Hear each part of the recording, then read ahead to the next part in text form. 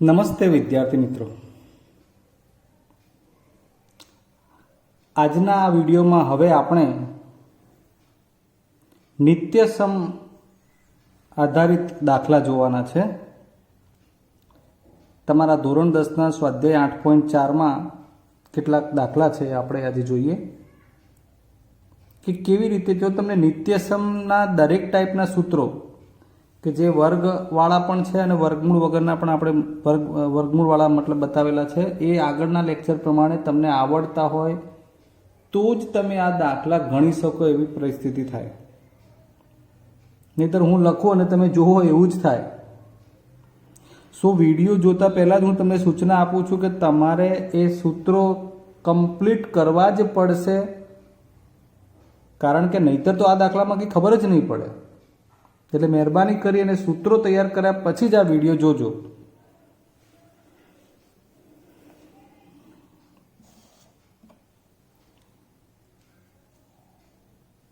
ચલો, પહેલો દાખલો કિંમત શોધોનો જે છે sin સ્ક્વેર 63 વત્તા sin સ્ક્વેર 27 અંશ છેદમાં cos સ્ક્વેર 17 અંશ વત્તા cos સ્ક્વેર 73 અંશ। તો શું થઈ શકે? તો જુઓ, આમાં તો બીજું કંઈ ઉપર નીચે વત્તા છે એટલે ઉડાડી તો શકાય નહીં। 63 અને 27 નો ડાઉટ કોટી કોણ થઈ જાય છે 90, પણ બંને સાઇન છે તો કોઈ એકનો જ ફેરફાર થાય। આ સાઇન સ્ક્વેરની જગ્યાએ સાઇન સ્ક્વેર રાખીએ અને માનો આ સાઇન સ્ક્વેરમાં ફેરફાર કરીએ તો સાઇન સ્ક્વેર 27ની જગ્યાએ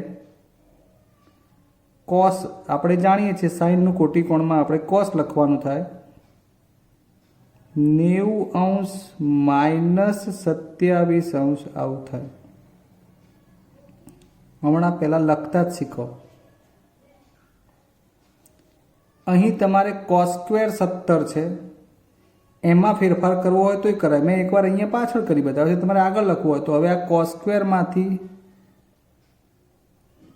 સાઇન સ્ક્વેર 90 અંશ માઇનસ 17 અંશ લખવું પડે, પ્લસ આ એક જ ફેરફાર કરવાનો એટલે બીજું એમને એમ કોસ સ્ક્વેર 73 અંશ।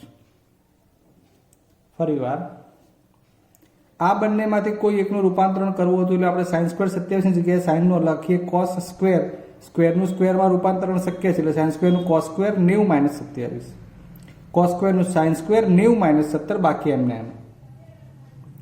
હવે આ ઉપર લખીએ તો સાઇન સ્ક્વેર 63 અંશ વત્તા કોસ સ્ક્વેર 90 માઇનસ 27 એટલે 63 અંશ જ થાય। નીચે છેદમાં સાઇન સ્ક્વેર 90 માઇનસ 17 73 અંશ પ્લસ કોસ સ્ક્વેર 73 અંશ। હવે મૂળ વાત નિત્યસમની એ કેવી રીતે કામ કરે છે।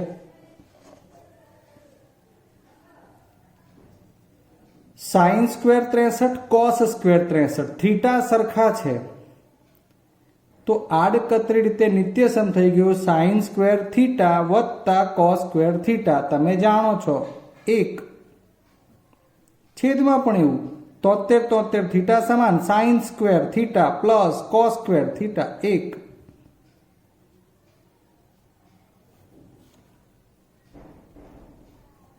તમારી જાણ માટે અને આપણે આ લખી બતાવ્યું છે કે sine square theta plus cos square theta એક પ્રમાણે, એટલે અહીં આ નિત્યસમ આવ્યું। નો ડાઉટ આપણે કોટીકોણ પ્રમાણે કામ કર્યું પણ છેલ્લે તો નિત્યસમ મળ્યું। તમે આ ના જાણતા હોત તો તમે આ દાખલો અગાઉ જે કોટીકોણ પ્રમાણે લખ્યો છે એને એમને એમ જ રાખો, પણ સાઇન સ્ક્વેર 63 કોસ સ્ક્વેર 63 એટલે એક થાય એવી તમને આ નિત્યસમ ઉપરથી ખબર પડે છે। ક્લિયર? ચલો, આમાંથી પણ 25 અને 65 કોઈ એકમાં જ ફેરફાર કરવાનો। તમે માનો સાઇન 25 એમને એમ રાખો છો તો કોસની જગ્યાએ સાઇન 90 અંશ માઇનસ 65 અંશ કરવું પડે, આ વત્તા એમને એમ। cos 25 એમને એમ રાખો છો તો સાઈનની જગ્યાએ cos 90° માઇનસ 65°, સાઈન 25° ડોટ ગુણાકારનો સંબંધ, ફરી પાછું સાઈન 90 માઇનસ 65 એટલે 25° plus cos 25° 90 minus 65 again cos 25° 90 minus 65 એટલે 25. બહુ જ સરસ મજાનો એકી એક પદોનો તમને જે કંઈ બી અભ્યાસ છે કરાવી રહ્યા છીએ મિત્રો. ધ્યાન આપો તો આવડે જ. થીટા થીટા સરખા છે અને સાઈન સાઈન આખું મૂલ્ય 2 વાર ગુણાય એટલે વર્ગમાં રૂપાંતરિત થઈ જશે. સાઈન સ્ક્વેર 25° વત્તા આ થશે કોસ સ્ક્વેર 25°. ક્લિયર? હવે શું આવ્યું? નિત્ય સમ. એટલે sine square theta plus cos square theta પ્રમાણે આ સાઈન સ્ક્વેર થીટા, અહીં થીટા એટલે 25 છે, કોસ સ્ક્વેર થીટા બરાબર 1 પ્રમાણે આ જવાબ થાય. સીધો લખવાનો 1. ઓકે, ચલો હવે આગળ અલગ પ્રકારના બીજા દાખલા. બહુ જ સરસ વાત છે અહીંયા મિત્રો. ખરેખર સૂત્રોનું જો અટપટું કોઈ કામ સોલ્વ થતું હોય તો એ આ દાખલામાં પ્રશ્ન નંબર 1માં, એટલે મેં એને પાછળ લીધું છે. ત્રિકોણમિતીય ગુણોત્તરોને સાઇન એ, સેક એ અને ટેન એ ને કોટ એ ના પદોમાં દર્શાવો. એટલે કહેવાનો મતલબ શું છે એ સમજી લો કે સાઈન હોય તો એનો જવાબ જે કોઈ પણ સામે પદ બને એમાં કોટ જ હોવું જોઈએ. સેક છે તો એમાં કોટ જ રહેવું જોઈએ. ટેન છે તો પણ એમાં કોટ જ રહેવું જોઈએ. સમજ્યા વાતને? હું તમને જે ગણાવું એ સિવાય પણ તમે અન્ય રીતથી એ જવાબ લાવી શકો. ચલો ત્યારે હવે આપણે દાખલો જોઈએ. સૌથી પહેલાં હું ટેનને ફેરવવાનો પ્રયત્ન કરીશ, કારણ કે ટેન એ બરાબર 1/cot a, એટલે એકદમ ઇઝી થઈ જાય. જો ફરી વાર કહું છું, સૂત્રો વગર તો નહીં જ આવડે. સૌથી પહેલા લેક્ચરમાં જે સમજાવ્યા હતા વ્યસ્ત સૂત્રો, એમાંનું સૂત્ર છે કે ટેન થીટા બરાબર 1/cot થીટા. એ અનુસાર આ જવાબ થયો. ચલો બાજુમાં લખી બતાવું. ટેન થીટા બરાબર 1/cot થીટા, એટલે આ એમાંથી એક જવાબ લીધો. એટલે ટેનનું રૂપાંતરણ કોટના પદમાં થઈ ગયું. હવે માનો કે સાઈન માટે લખવું છે, તો વળી સાઈનનું તો કેવી રીતે લાવીશું? તો સાઈન બરાબર તમે 1/cosec a એવું જાણતા હોવા જોઈએ. સાઈન એ બરાબર 1/cosec a આ વ્યસ્ત સૂત્ર હતું.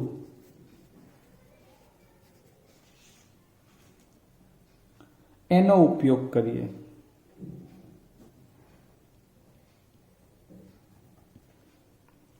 હવે હજુ તો આ કોટમાં રૂપાંતરણ કરવાનું છે. આ તો કોસેક જ છે. તો નિત્ય સમ યાદ કરો. એમાં એવું છે કે 1 + cot સ્ક્વેર બરાબર કોસેક સ્ક્વેર a. હવે હું અહીંયા વર્ગમૂળ લઈ લઉં તો કોસેક સ્ક્વેરનું તો કોસેક a થઈ જાય અને આ પદ વર્ગમૂળમાં 1 + cot સ્ક્વેર a થઈ જાય. અર્થાત કોસેક a ની જગ્યાએ વર્ગમૂળમાં 1 + cot સ્ક્વેર એવું મળી ગયું અને એ જ આપણો આ જવાબ થઈ જશે. કારણ કોટમાં જ રૂપાંતરિત કરવાનું છે. સાઈન એ એનું કોટમાં આ રૂપાંતરણ થઈ ગયું 1/વર્ગમૂળમાં 1 + cot સ્ક્વેર a. ક્યાંથી આવ્યું એ બધું સૂત્ર આધારિત મેં તમને બાજુમાં લખીને સમજાવ્યું છે. હજુ બાકી છે સેક એ. આ એક પતી ગયું, આ બીજું અને હવે આ ત્રીજું સેક એ. તમે સેક માટે 1/cos લખીને પણ આગળ વધી શકો અને tan ના સૂત્રથી પણ આગળ વધી શકો. એટલે નિત્યસમ તમે સેક અને ટેનનું જાણતા હો તો ઘણું સરળ પડે છે. એટલે એ બાબત પાછી આપણે ચર્ચામાં લઈએ. તમને નિત્યસમ ખબર છે કે 1 + tan² a બરાબર sec² a. માત્ર sec a લખવું હોય તો સામે વર્ગમૂળ થાય 1 + tan². આ તો તમને ડાયરેક્ટ આવડવું જોઈએ મિત્રો, આ લખવું જ રહ્યું. 1 + tan² a. હવે સરળ એટલા માટે પડે છે કે જુઓ, સૌથી પહેલા સમજાવ્યું તે પ્રમાણે tan θ બરાબર 1/cot θ અને cot θ હોય તો 1/tan θ થાય. તો અહીં આ tan² છે એટલે 1/cot² a. આડકતરી રીતે ધીરે ધીરે હવે tan ની જગ્યાએ cot આવવા લાગ્યું છે અને હવે એનું સાદુરૂપ આપી દઈએ, ચોકડી ગુણાકાર એટલે એક જોડે ગુણા એટલે cot² a + 1 અને આખાના છેદમાં પાછું cot² a. એટલે એનું પણ પાછું આપણે હવે આ વર્ગમૂળ છૂટું કરીએ તો ઉપર 1 + cot² a વધે, 1 + cot² અને છેદમાં cot² નું વર્ગમૂળ એટલે માત્ર cot a. વાત સમજાઈ ગઈ? ઉપરના પદમાં વર્ગમૂળ છે, નીચે નથી. કેમ કે આનું cot² નું વર્ગમૂળ આપણે કાઢી લીધું. આ આખું પદના વર્ગમૂળ બતાવે છે. હજુ આનાથી પણ વધુ રૂપાંતરણો માગે એવો એક દાખલો જોઈએ. ખૂણા a ના બધા જ ત્રિકોણમિતીય ગુણોત્તરને sec a ના પદોમાં દર્શાવો. એટલે પહેલા તો આપણે સમજી લઈએ કે અહીં સાઇન હોય તો એનો જવાબ પણ સામે સેકમાં મળવો જોઈએ, કોસ હોય, ટેન હોય કે કોટ હોય, બધાના જવાબ સામે એટલે કે જવાબમાં સામે સેકવાળા જ પદો આવવા જોઈએ. કેવી રીતે આવે છે જોઈએ.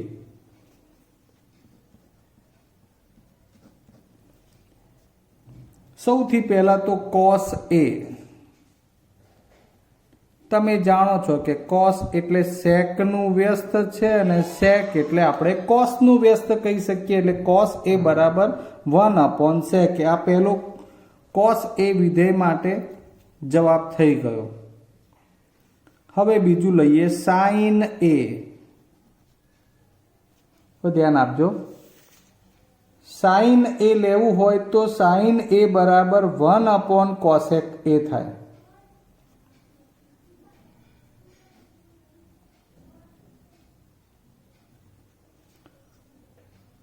ઓકે,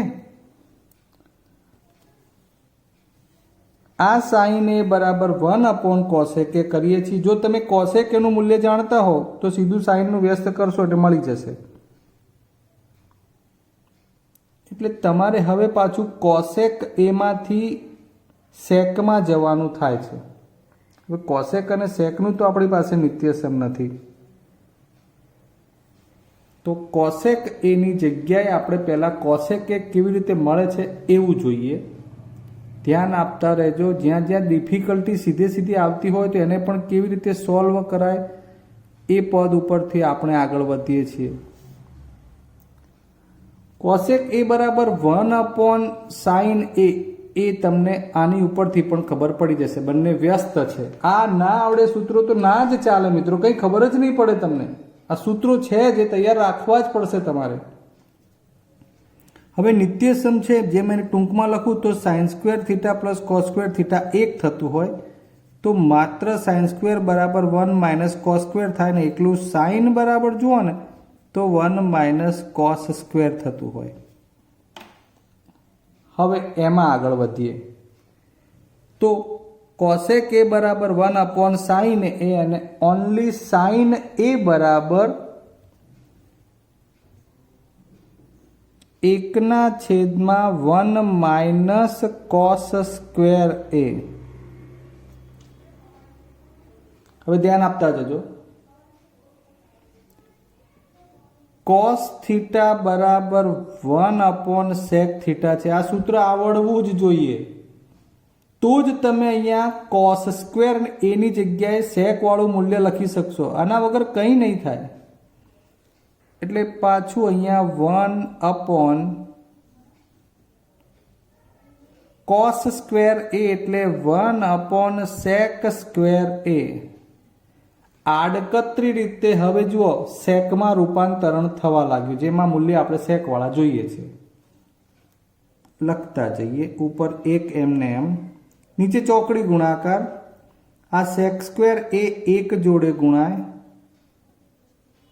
માઇનસ આ 1 અને આખા પદના છેદમાં વર્ગમૂળ તો ખરું જ, સેક સ્ક્વેર એ વધે. આવી નાની નાની બાબતો વારે ઘડી સમજાવવાની ના હોય મિત્રો, આવડવી જોઈએ ચોકડી ગુણાકાર કેવી રીતે આવે. જેમાં હવે આપણે વર્ગમૂળ કાઢીને લખવું હોય તો આ સેક સ્ક્વેર એ માઇનસ 1 એમને એમ, અને આ સેક સ્ક્વેર એનું વર્ગમૂળ કાઢીને લખો તો આ સેક એ થઈ જાય. બરાબર. આ બંનેના વર્ગમૂળ કાઢ્યા, ઉપરનું ના નીકળે એટલે વર્ગમૂળમાં લખ્યું ને સેક એ થઈ જાય, સેક સ્ક્વેર છે માટે. હવે આ છેદનો છેદ અંશમાં જાય અને માટે હવે તમારું આ રૂપાંતરણ કોસેક એ બરાબર આ સેક એ ઉપર અંશમાં લખાય પદ અને નીચે છેદમાં વધ્યું છે એ સેક સ્ક્વેર એ -1. આમ કોસેક એનો જવાબ સેકના સ્વરૂપમાં થઈ ગયો. આપણે બધા જ મૂલ્યોને સેકમાં રૂપાંતરિત કરવાના છે. ઓલરેડી કોસ અને સેક વ્યસ્ત છે એટલે કોસ બરાબર તો 1/sec પ્રમાણે આવી જાય છે. આ કોસેક એનું આ સેકમાં રૂપાંતરણ થઈ ગયું. હવે અહીંયા જે અટક્યા હતા એ પૂર્ણ કરીએ. સાઇન એ બરાબર 1/cosec. હવે આ કોસેક એનું મૂલ્ય મૂકી દઈએ. સેક એ છેદમાં વર્ગમૂળમાં સેક સ્ક્વેર એ -1. આ છેદનું મૂલ્ય છે એટલે હવે આ પદ ઉપર જશે અને માટે સાઇન એ બરાબર શું થઈ જશે? ઉપર આખું પદ સેક સ્ક્વેર એ -1 આખાના છેદમાં સેક એ. આમ જોવા જાવ તો તમને ખબર છે કે કોસેક એ અને સાઇન એ એકબીજાના વ્યસ્ત છે એટલે વ્યસ્ત પ્રમાણે સીધું થઈ ગયું. આ છેદ અંશ બદલાઈ જાય છે.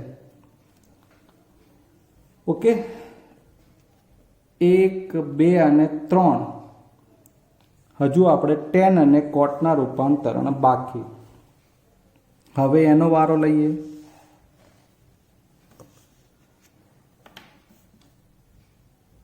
tan a. હવે આપણે છે ને આને સરળ બનાવવાનો પ્રયત્ન કરીએ. જો tan a બરાબર આ આવડતું હોય ને તો ખૂબ સરળ છે. sin a/cos a. આ પણ પહેલી વાર સૂત્ર લખ્યું છે અત્યાર સુધીમાં, જ્યાં sin a એટલે આ પદ છે. તૈયાર છે તો આપણે ખાલી સાદું રૂપ જ આપવાનું રહેશે. sec square A -1/sec a. આ કોના બરાબર આવ્યું છે? tan a બરાબર, એટલે કે sin a બરાબર. હવે આ છેદ આપણો આ જે છે એ cos a જાણો છો 1/sec a. આ રહ્યું cos a બરાબર 1/sec a, એટલે અહીંયા cos a ની જગ્યાએ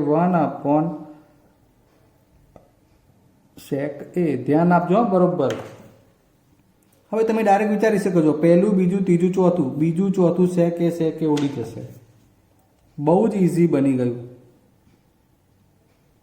tan a બરાબર વધ્યું શું? વર્ગમૂળમાં sec સ્ક્વેર એ -1. આમ તો આ સીધું જ નિત્યસમ છે. નિત્યસમ હતું ને 1 + tan સ્ક્વેર એ બરાબર sec સ્ક્વેર એ, એની પરથી પણ લખી શકાય. હવે વધ્યું cot. આ tan નું બની ગયું બહુ મહેનત હવે નથી કરવાની રહેતી, કારણ કે cot a એટલે 1/10 સૂત્રો મજબૂત, દાખલા આવડે. એટલે આ 10 નું વ્યસ્ત કરીને લખી નાખવાનું 1/, sec² a -1. આમ બધા જ પ્રકારના મૂલ્યો સેકમાં રૂપાંતરિત થઈ ગયા. 10 નું સેકમાં રૂપાંતર, કોટનું સેકમાં, કોસેકનું સેકમાં, સાઇનનું સેકમાં અને કોસનું પણ સેકમાં. અને સેક તો પોતે છે એટલે 5 બનાવવાના હતા, 1 2 3 4 અને 5 મૂલ્યો જે બધા સેક એના પદમાં દર્શાવી દીધા. મિત્રો, આની જોડે તમારે આ લેસન કરવું જ પડશે, તો જ આ આવડશે. જેમ આપણે દાખલામાં એવું હતું કે ખૂણા એ માટે, એમ તમારે ખૂણા થીટા માટે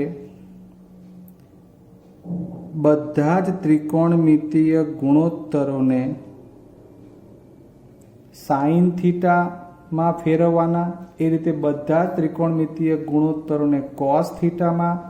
સમજો છો ને? આ બધું જેમ સેક માટે કર્યું એમ બધું સાઇન માટે આવડવું જોઈએ, બધું કોસ માટે આવડવું જોઈએ, બધું ટેન માટે આવડવું જોઈએ, બધું કોટ માટે આવડવું જોઈએ અને બધું કોસેક માટે પણ આવડવું જોઈએ.